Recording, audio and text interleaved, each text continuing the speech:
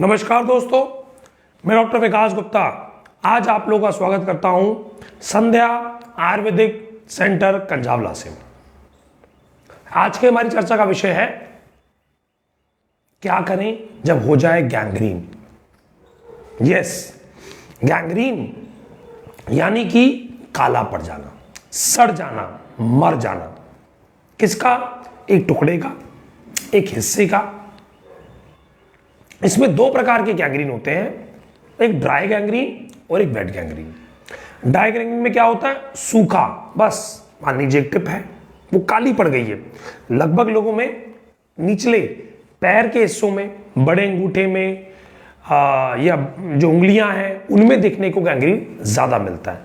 कैसे? वैसे गैंग्रीन तो पेट के अंदर भी हो जाता है, हाथों में, परंतु आज जो हम चिकित्सा की बात कर रहे हैं वो कर रहे हैं एक्सटर्नली प्रेजेंट गैंग्रीन्स के अंदर। अब पैर की जो उंगलियां हैं उनमें जो दो प्रकार के गैंग्रीन मैंने आपसे बोले, wait gangrene and dry gangrene. Dry का मतलब सूखा, वेट का मतलब जिसमें पानी का रिसाव होता हो, भयंकर बदबू आती हो और सड़न दिखती हो। डीवीटी, डीप वेनस थ्रोम्बोसिस, या अगर मैं कह दूं कि जहां पर ब्लड सर्कुलेशन की कमी हो जाती है वहीं पैदा होता है गैंग्रीन। बिल्कुल सही सुना आपने। डीवीटी में क्या होता है? डीप वेनस थ्रोम्बोसिस के अंदर क्लॉट जाके मेन लॉन्ग सेफेनस वेन की जो हमारी मेन वेन है उसमें जाके अटक जाता है। तो अब ब्लड की सप्लाई जितनी पहुंचनी चाहिए, अब क्या हुआ? आगे ब्लड जा नहीं रहा, तो जितनी सप्लाई आ रही थी अब वो बैक फ्लो लेके जाएगी, क्योंकि जब आगे नहीं जाएगा तो ब्लैक में बैक फ्लो मारेगा। अब स्थिति में क्या होगा कि जो गंदगी पैदा हो रही थी आपके कहां पर, एग्जाम्पल की बात हमने कहा जी, बड़ा घुटना, पैर का बड़ा घुटना, बड़ी उंगली, पैर के अंदर जो हमारा, जिसे आप कह सकते हो अंगूठा, पैर का जो बड़ी उंगली जिसे आप कह सकते हो, अंगूठा कह सकते हो। और अगर उसके अंदर मान लीजिए कहीं पर भी खून का बंद है, दबाव, खून के दबाव बंद होने की वजह से क्या होगा कि सर्कुलेशन नहीं होगा, और सर्कुलेशन अगर नहीं होगा तो क्या तकलीफ होगी? बिल्कुल सही सुना आपने, डेवलप हो जाएगा गैंग्रीन। डायबिटिक फुट के अंदर, यानी जिन लोगों को डायबिटीज होती है, अनकंट्रोल्ड डायबिटीज, उनके अंदर गैंग्रीन होने के चांस भी बहुत ज्यादा रहते हैं। क्यों?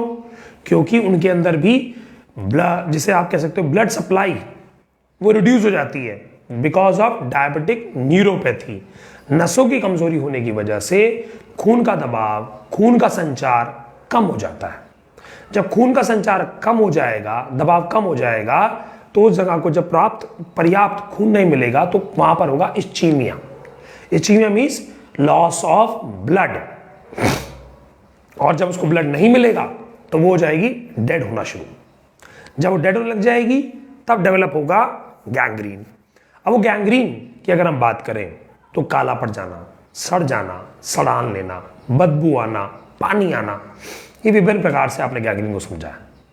तो अगर हमारे पैर में हो जाएगा गैंग्रीन तो सबसे पहले तो आप ढूंढें उसके कारण, जैसे कि डॉपलर स्टडी करा के देखें कि अगर एक्चुअली में कहां खून रुक रहा है। बिल्कुल सही। उसके बाद आपको क्या करना है? डॉपलर स्टडी में अगर रुकावट हो रही है तो बहुत से डॉक्टर्स क्या करते हैं, एक एस्पिरिन, खून को पतला करने वाली, या एसीट्रॉन, ये टैबलेट दी जाती हैं जिससे खून के दबाव को कम किया जा सके, खून के संचार को सुचारू रूप से चालू किया जा सके और गैंग्रीन को आगे बढ़ने से रोका जा सके। अगर आयुर्वेदिक दृष्टिकोण की अगर हम बात करें तो इसके अंदर उपचार के अंदर लीच थेरेपी बहुत ही उत्तम और सक्षम थेरेपी आप कह सकते हो, यानी इकोस्प्रिन और एसीट्रॉन से भी बेटर। क्यों?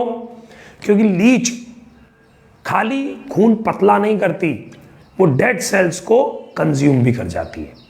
यानी जिस जगह पर, मान लीजिए एग्जांपल की बात, किसी के इस हिस्से के अंदर कालिक आ गई, ब्लड सप्लाई कम है, और यहां अगर लीड टच करेगी तो इसके आसपास के जितने भी सेल्स ऐसे हैं जो डेड हैं, खराब हैं, काले हो गए हैं, मर गए हैं, उन सेल्स को भी ब्लड समेत सक कर लेगी। लीच जलौकों का थेरेपी। और इस थेरेपी से क्या होगा कि एक तो खून का संचार सुचारू हो जाएगा, दूसरा जो सेल डेब्रीज है, मरे हुए सेल्स हैं, वो भी अपनी जगह से हट जाएंगे। और उसके बाद क्या होगा, उसके बाद ब्लड सर्कुलेशन फिर से ऑन हो जाएगा। और वो ब्लड सर्कुलेशन जो ऑन होगा वह मजबूती और ताकत के साथ ऑन होगा।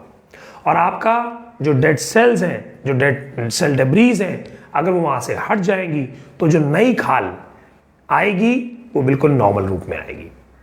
इवन लीच थेरेपी दर्द में बहुत अच्छा काम करती है। जिन लोगों को गैंग्रीन के साथ में दर्द है तो एक एनेस्थेटिक एजेंट सिक्रीट करती है अपने मुंह से कि जहां वो सक करेगी वहां से दर्द की फ्रीक्वेंसी बहुत कम हो जाएगी। और इसके अलावा उद्वर्तन एक बहुत उत्तम चिकित्सा है। पाउडर की रनिंग, यानी कि नीचे से ऊपर की तरफ अगर आप पाउडर मसाज करते हैं तो खून का संचार बढ़ाने में बहुत मदद मिलती है। पाउडर कौन सा यूज करें?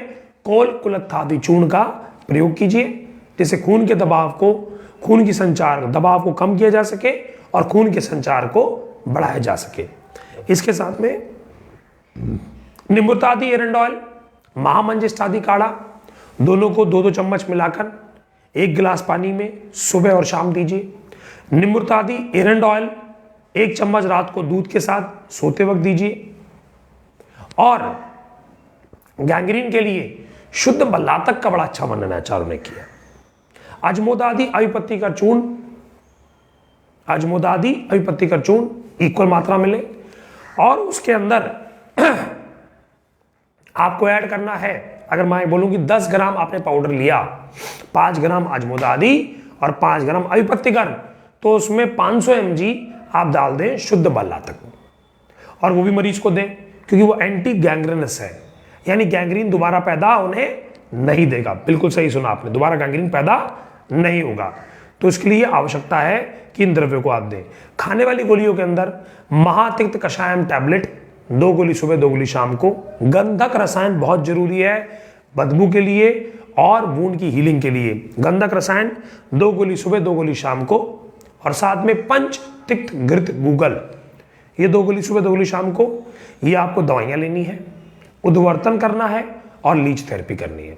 ध्यान रहे, जिन चीजों से खून के अंदर विशुद्धि आती है, यानी कि मसालेदार खाना, बाहर का खाना, फास्ट फूड्स और रखा हुआ फ्रिज का खाना, यानी ताजा भोजन ही करना है, फ्रिज का रखा हुआ खाना नहीं खाना है।